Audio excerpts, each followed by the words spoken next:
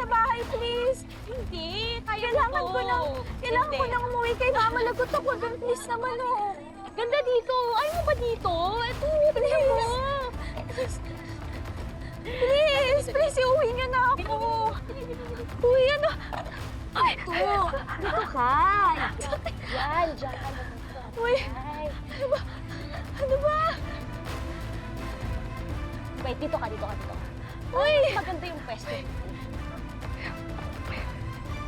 ano ba? Yan. Hirap. Ayaw mo ba dito? Ang ganda kaya, oh. Ano ba? Sabi ko nga, di ba, ibalik mo na ako kay Mami? Then go home by yourself. Kaya mo na yan. Let's go, huy! Ay, huwag niyo ko iwan dito!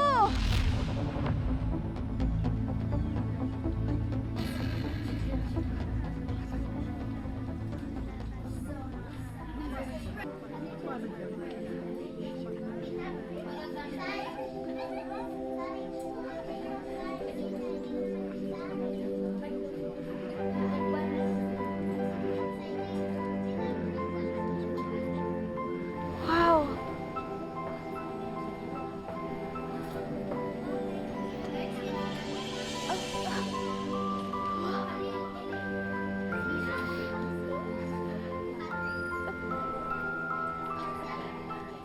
Ang ganda pala dito.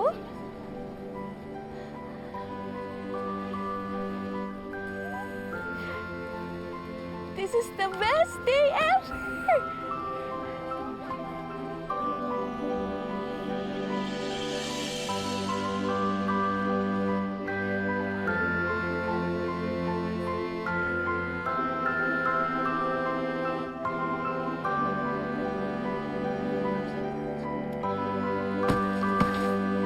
Uy, hala yung bata.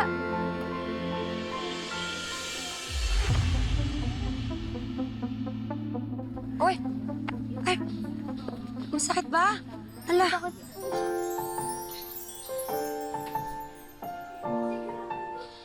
Hapli ba? Hindi na po. Hindi na? O sige, kaya mo ba tumayo? Dahan-dahan lang. Sino ba kasama mo? Si Mama po. Asan mama mo? Hindi ko po alam. Ano bang gusto mo? May gusto ka ba? Ice cream po. Ice cream. Ayun oh. Halika. Ibibili kita ng ice cream. May iba ka pa bang kasama? Wala na po. Wala na. Di bale, baka mamaya makita din natin. Kuya, pabili ng isang ice cream. Aha.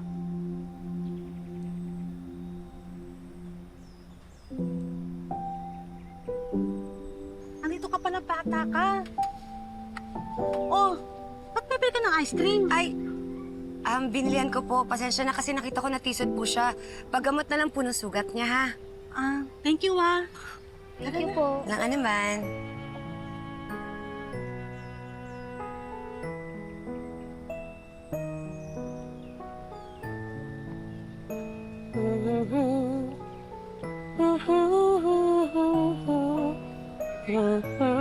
Ate?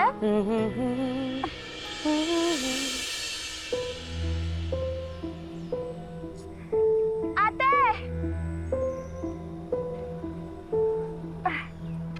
Miss! Miss! Miss! Muki! Muki! Oh! Are you okay? Muki, anong ginagawa mo dito? Mami! Sabi ko na nga ba, hindi magandang impluwensya sa'yo ang lalaking to. Mami, no! No, Mami! Sa bahay ka magpaliwanag. I'm sorry!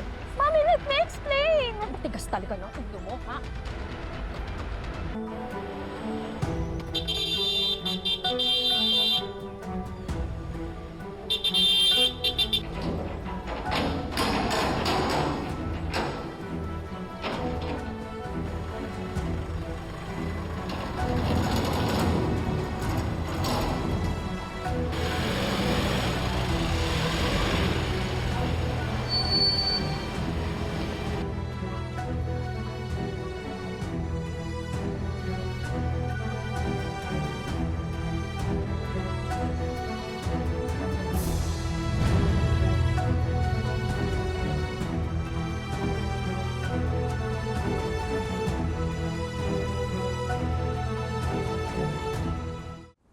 You're the only psychiatrist I trust, Doc, kaya sa inyo na po ako lumapit.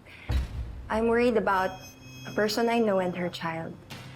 Kamag-anak ba siya? I can give her some advice, but better still if I can see her personally. I don't think magpapakonsult siya, Doc, eh. Yun yung problema. Pero ang sabi niya, bata pa lang yung anak niya may sakit na.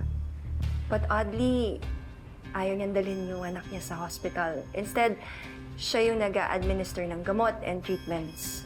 And then, Mommy, please, I'm sorry. Mommy! Mommy! I raised you and I cared for you, but you always defy me! Hindi ako ganyan sa mga magulang ko dati! Lahat ng gusto nila sinusunod ko! Lahat ng gusto nila ginagawa ko! Lahat ginagawa ko para lang matanggap nila ako! Para lang ma-appreciate nila ako! Para lang mahalin nila ako! Para isipin nila na magaling ako! Pero hindi! May strong feeling po ako na pina-fabricate niya yung sakit ng anak niya. Do you think, Doc, na it can be Munchausen syndrome by proxy? Nabasa ko po kasi yun sa internet and medyo consistent po sa behavior niya eh. we cannot say that conclusively, Astrid. There are a wide array of psychiatric illnesses na hindi natin ma-diagnose. But not unless may history na kompleto. Lahat ng yon! Lahat ng ginawa ko walang kwenta! Sa paningin nila, wala akong kwenta! Hindi ako magaling! Pero in the case of Munchausen syndrome by proxy or MSBP, isa itong psychiatric disorder that needs treatment because of its rare complexity, personality traits, and backgrounds. There is faking of the illness of the child for fear of abandonment and being alone and feeling rejected. Nawala sila. Nang hindi ko man lang naramdaman kung talaga bang minahal nila ako. Nawala sila nang hindi ko man lang nalaman kung talaga bang naging magaling ako sa mga paningin nila.